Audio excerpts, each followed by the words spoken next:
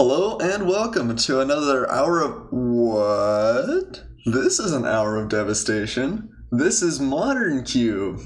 Thought I'd do something a little bit different today. This is Oldmanpoole, by the way. I ruined my intro, so yeah, I don't know. I think I've played the Modern Cube a couple of times in the past. I have to admit I kind of get them mixed up over time.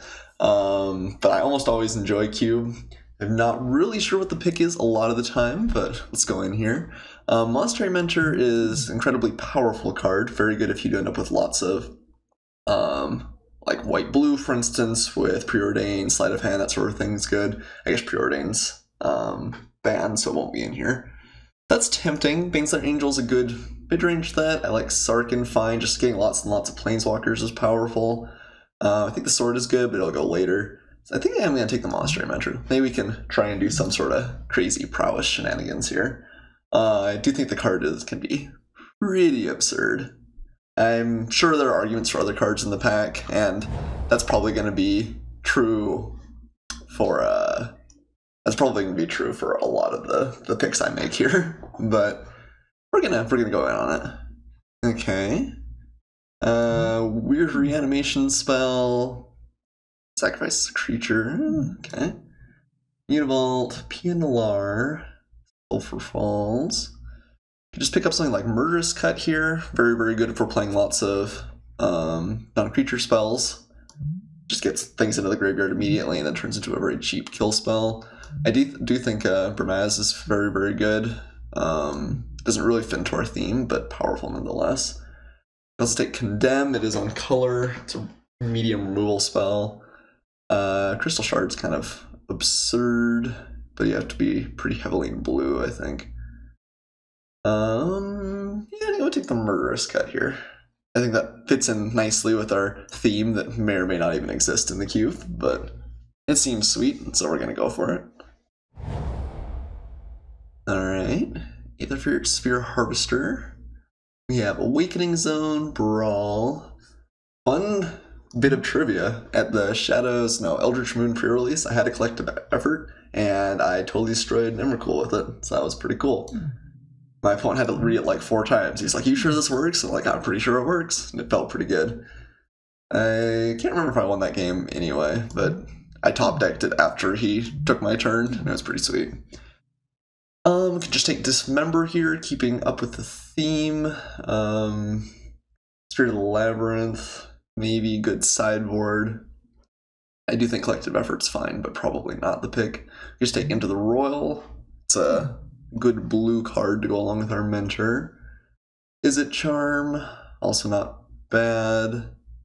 Kind of a... Yeah, we could do Brawl. Maybe just go all in on instants and sorceries. Sure. I'll check up lots and lots of counter spells. This is probably really bad. Far and Away. Not a bad one, but probably not what we necessarily need. Or just Fatal Push. Hedron Archive. There's Kiki-Jiki here for the random wombos. Chandra's actually one of the... We haven't seen a whole ton of Planeswalkers here, but there's one. I haven't actually seen a whole ton of dual lands either, actually, so our 3-color deck might be a little bit sketchy.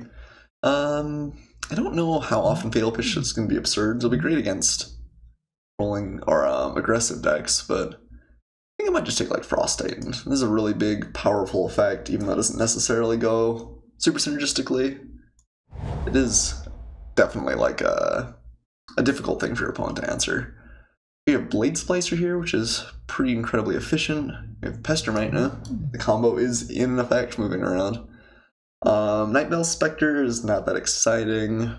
There's Woodland Cemetery for what we're doing. Never to Return just kind of feels clunky. I might take the Blade Splicer here. Maybe Oust? I don't know. Oust doesn't seem bad either. Doesn't work incredibly well with Brawl per se, but yeah, sure. Blade Splicer. Okay, I do think we want Spell Pierce for sure in this sort of deck. Although Scatter the Winds isn't bad either. Spell Pierce works well with Monetary Mentor, works well with Brawl.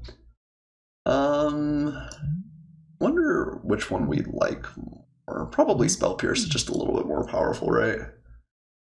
Yeah, I think so. Palladium Mirror is a Pretty powerful ram card, but I'm not sure we're really going for that in this deck. Let's pick up Spell Pierce.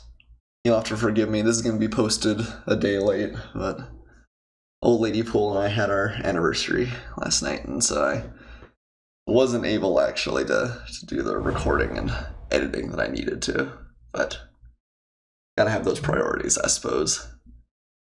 Okay, Cryptologist. Draw a card, then discard a card. Draw a card. Seems kind of sweet. Leveling up as a sorcery is not maybe the most fantastic thing, since we really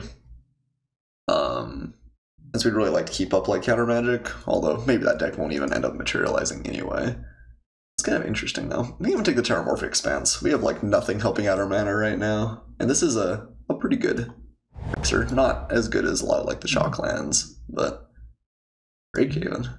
Huh. That's funny. I wouldn't think this is even really all that playable. I guess that...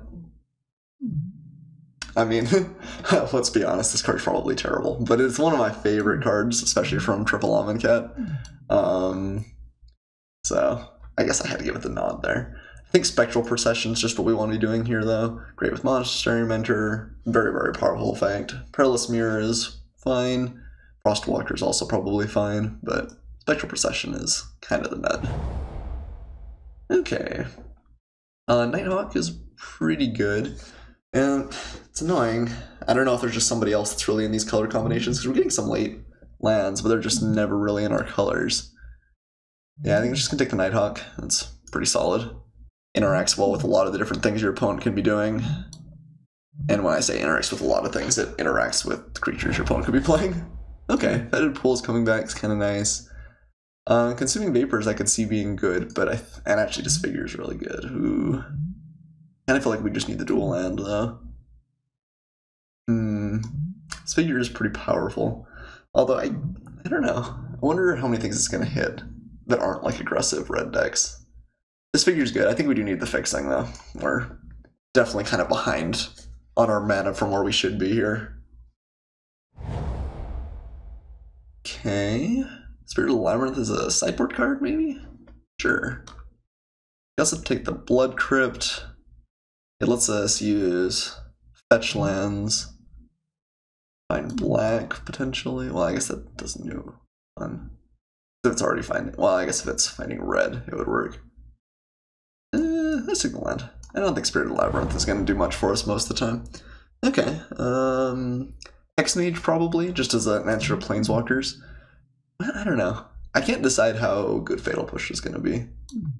It does remove a lot. Maybe Fatal Push is just better in this deck. It feels like there aren't that many, like, crazy 2-drops, so maybe there just won't be that many threats for it, but it seems very good against the threats that it will hit, too, so... I feel like every time I play Cube, I kind of have to run it out once or twice and sort of see what seems good in the field. Murderous Red Cap we'd probably play. Because I don't have a real good handle on what you want to be doing. Pretty sure we don't want to be doing Geralf's Messenger in this deck, though. Okay, Geist is pretty great. So is Gideon. Soren's fine, not quite as exciting, it's just very expensive. And this is a good pack for us. Looter we'd play, Muldrifter we'd play, Geist obviously. Probably play Day of Judgment in this deck, although we're getting to be a little more creature dense too. I think probably Geist is just the best here. It's a very, very powerful threat. Although, on the other hand, Gideon buys a lot of time, too. Gives a lot of inevitability. I do like Planeswalkers a fair amount. We'd even play, like, Night's Whisper. It's interesting, too. Maybe we just want Looter, because, I mean, that draws and discards a lot. It kind of gets us through things. I don't know. It feels like there are a lot of different things going on.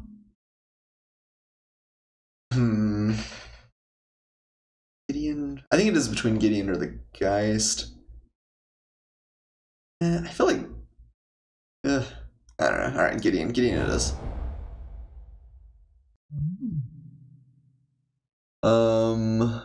Fingerback Walker is pretty good. Thalia seems not like what we want to be doing. Windswept Heap can go get nothing. Gets us white, so it's not that great right now. I could just get Evolving Wilds, Negate, or Delver. Soul Reap, destroy trait non-green creature. That's interesting. Okay. I think we're gonna take the Delver here. And maybe we'll just shift farther and farther into instants and sorceries.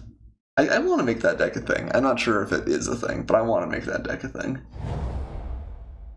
Liliana seems pretty good. Ooh, Marsh Flats is awfully tempting though. I think I rate cards like Brain Maggot a little bit higher than they are. I think the card's really cool, but I think they actually underperform from where I often want to take them.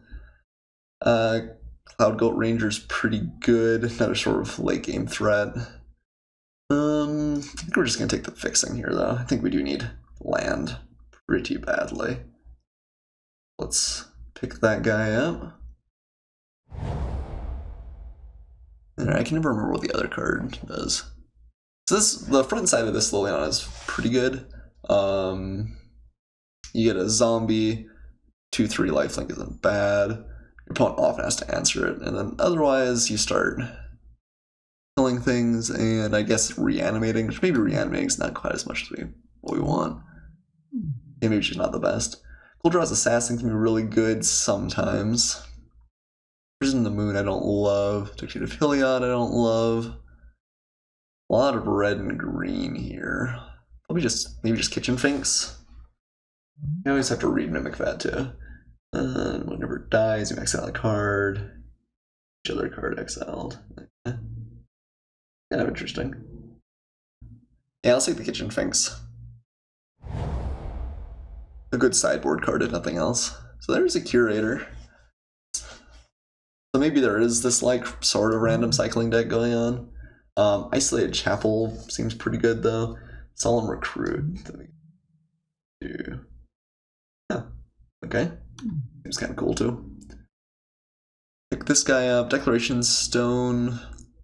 Also pretty good, although not the best removal because it's always going to give your opponent a clue. It's very good against things like Lingering Souls, but outside of that. Yeah, let's take the land, I think. Massacre Worm, Chaos is not really what we're doing. Could see Silent Departure being not bad though here. Duplicant I don't hate either.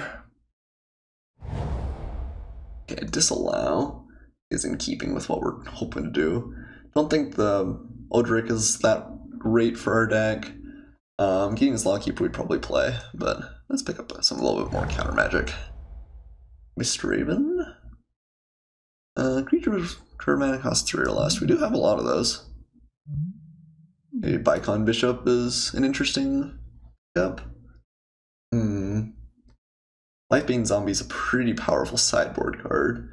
I'm a sucker for Mistraven too. I think I might take the Zombie actually as a sideboard card. I don't know if the good version of this deck ends up being that creature heavy, although I'm not sure we're going to be in the good version of this deck already. Pouncer seems okay. Phyrexian Revoker. Oh, what am I talking about? Looter Core. Love this guy. Evolving Wilds. Don't hate that. Soul Reap. We're doing a little bit better on lands now. Still not like crazy good, but not bad. Marsh Flats goes and finds us all 3 colors, which is nice. I forget that these are island swamps, or like they list the land type. Let's take the Soul Reap. Rain Maggot. I think we have to at this point, right? I don't think Cloud Goat Ranger is that absurd. Ugh, Goldraw's Assassin. It's cool. How good it is. That's cool. Maybe we'll bring it up in some matchups. There are some matchups that probably just can't beat this, repeatedly killing off their threats. I think Wake Thrasher is probably better than Solemn Recruit. This is, if your opponent can't remove it, sort of absurd. It just hits them for like 6 and then like 7. I feel like people never respect this card quite as much as they should. I guess some chaos here, although don't think it's ensuring or gonna be played. Alright, so I'd love to hit some more. I know I passed sleight of hand early on, but a little bit more early card interaction would be absurd. Maybe that's Serum Visions or whatever else. Yeah, both Ponder and Preordained are banned, I guess, but surely there's some other good blue draw spells, right? That turn on our Monster Mentor and work well with Brawl. Your Entity. Weird card. Alright. Creeping Tar Pit, I see right off the bat, which I like. Oblivion Ring, sort of Light and Shadow. Would have worked well with the Geist if we picked that up. Victim of Night. Just sort of solid removal all around. I like the Tar Pit quite a bit. This is a very powerful sort of late game removal spell. Or clock, I suppose. Phantasmal Image isn't bad. I'm tempted to just take the Tar Pit. Oblivion Ring is kind of tempting. So is Victim of Night. I think the Tar Pit's best. Ooh, Glenolendra I love. Commit to Memory, not bad. Compulsive Research, it's good. Ooh, Icy Manipulator. Good too. Shadow Mage, Infiltrator I would play, but I'm pretty sure that'll come around. That almost always does. Glenolendra I think is kind of the pick over anything else in here. Ambition's Cost, draw 3 cards, lose 3 life. Okay, it's like Ancient Stirrings. Let's leave Siphoner. A little bit interesting. Sort of a bad draw engine. Just on Essence Scatter here. Wormcoil Engine's obviously powerful. Yeah, I think I might just want Essence Scatter though. Keep up the spell count, keep up the counter spell count. Johnny, Mentor of Heroes. You gain 100 life. Alright. That's not an insignificant amount. Okay, Anticipate I think is what we're looking for here though. A little bit more filtering for our mana, and a spell to boot. Lodestone Golem's kind of entertaining. Temple of Silence. Probably Lodestone Golem's not that great without like massive ramp. There's Cold Steel art. Yeah, Anticipate's gotta be it, right? That's true, I imagine Signets are in this, right? We haven't seen like any Signets. People are just taking those really aggressively, I guess. Not that's bad. Fast mana is fast mana. Okay. What is this card? Oh, that's interesting. It's a Windrake that has counterspells sitting on it. Play Bolus, but I think that's going to be too slow. He is very powerful. Do Ashiok. It's a little bit interesting. Slaughter Pact is fine, not absurd. Maybe Slaughter Pact's the best here. I don't really love Wrath of God. Again, we've got a lot of creatures and creature-based threats, even though we're kind of going for spells. Mere Battle Sphere and Nicol Bolas are both more powerful, but Slaughter Pact might be what this deck wants. I don't know about the Spike-tailed Rankling. It's kind of interesting. Clever Impersonator. On that permanent. Okay, it's just a clone. Sword of Temptation's pretty great. Star Compass. That is Ramp. Also Spell Queller. There's a bunch of things going on here. Mana Tithe as well. I think Sword of Temptation is probably the single most powerful card. Just the mind control on a stick is very good. If your opponent can't answer it, it tends to be absurd. Spell Queller is also great though. So is Star Compass. Although we're not maybe ramping super hard, so maybe Star Compass is not the best. We have other things to do on turns, early turns. Ugh. I'm gonna take the Sour. I think that is close. Okay, creature cards you own that are on the battlefield flash, and now we gotta care about him that much. Threads of Disloyalty, not bad. Also Devour Flash. Oh, Cryptghast. I love this card. It's not good, I don't think, for us, but I do love that card. Cryptghast Fireball, too OP. Revel Arc. For sure, 2 creature cards power to release your graveyard to the battlefield. We do have a couple of early creatures. Not tons though. Not sure that Rebel Arc is the best thing for us. I think I might take the threads here. Okay, cool. I think probably Celestial Colonnade. I do like Flicker Wisp, Frost Willings. That's interesting. Not that great, I don't think, but interesting. I do like Flicker Wisp a lot, but another good land and really powerful man land, so Celestial Colonnade seems great. This card's really cool looking. It doesn't really look like it flies to me. It looks like those are legs. Aren't those legs? I think so.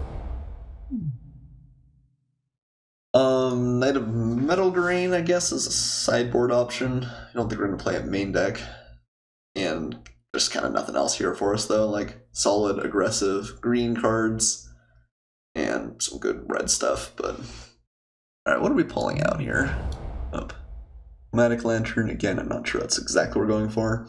Okay, I think I'm going to take a Duress over Lay Claim or Ruinous Path, both of which are fine, but Duress I think is often going to have a target here, and it's a cheap interactive spell, which I think we'd like more of. Ooh, Ease of Koilos, probably.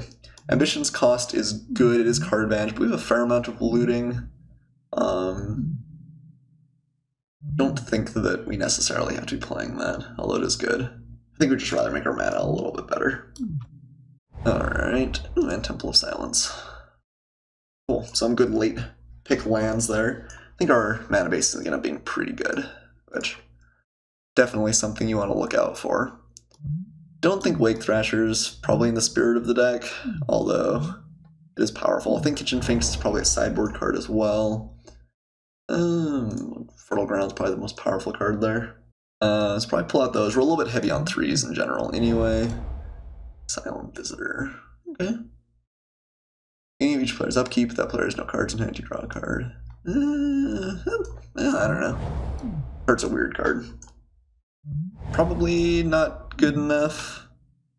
Let's group our creatures separately. This might give us a little bit better idea what's going on. Do you think we want all of these? I could see maybe Fatal Push not being great, so that may end up getting sideboarded out after our first match, or our first couple of matches. I think that's one of the cards I need to see the format a little bit more, though.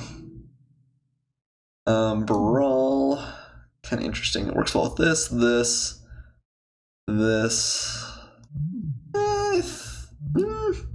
Do we have enough to justify Brawl? We have 3 counter spells. Let's see. Spell or ability counters as well, so it does work with Glenelendra. Yeah, Brawl's probably good enough. I do like Frost Titan just because it's such a powerful sort of late game threat. Maybe Threads of Disloyalties, a sideboard card. Very good in some matchups, probably. Soul Reap, I think is okay. A lot of the time you're going to be playing an opponent that plays multiple colors, right? And even if they're playing heavy green, we'll probably be able to snipe something with that. Brain Maggot. Kind of an interesting one. Oh, Night Bells Collector probably isn't that great. Just card advantage, but yeah. I think it's good. Maybe a Nighthawk is just not that exciting either. We could cut the Frost Titan just because it's so expensive. Maybe we want to aggressively be getting rid of lands in this deck. Yeah, maybe that's correct. Because both of these are cheaper. Realistically, we're hoping to cast that for 3 or maybe for 4. And this is going to be like 3 or 4 as well. They're all pretty efficient, powerful creatures. Okay. Seems decent. Alright, so doing lands is always a little bit interesting here. We've got... how many white sources? 5 white sources here. Blood Grip, I guess, helps with Merge Redcap. That's kind of it. We only have 1 fetch land. Yeah, I don't think we're going to play that. Or just plan on this being a double black card, which I think is fine. I mean, yeah, it's true. This is the same as a Swamp in regards to playing the Redcap anyway. So it's Swamp with downside. So then we've got 2 black sources. Well, actually, 1, 2, 3, 4, 5, 6 black sources. Let's pull up our old friend Notepad here, I think. Alright, we got white. 1, 2, 3, 4, 5. Black. 1, 2, 3, 4, 5, 6. blue. 1, 2, 3. So definitely the lightest on blue. We also have Terramorphic Expanse, which will go and find us a land, which is nice. So we have 23 effects, which means we get 17 lands. Right now we get 9 more. Split up. So I do think we want some more blue for sure. Probably like 6. 6 is 3 of the others. What do we care the least about? Blue I think is pretty important. Maybe white? White, we don't have any of our early interactive stuff. We do have one of our best payoffs. Actually, we're a little bit light on white in general, aren't we? I think that it's probably okay with our mana being as good as it is to play these, but okay. Let's maybe go like 1 on white, 1 black. That brings us up to 9 blue sources, 8 black sources, and 6 white sources. Special Procession looks less good with fewer white, for sure. I think it's still okay, though. Okay, let's do something like that, I think. 6 blue, no red, 1 white, 2 black. Alright.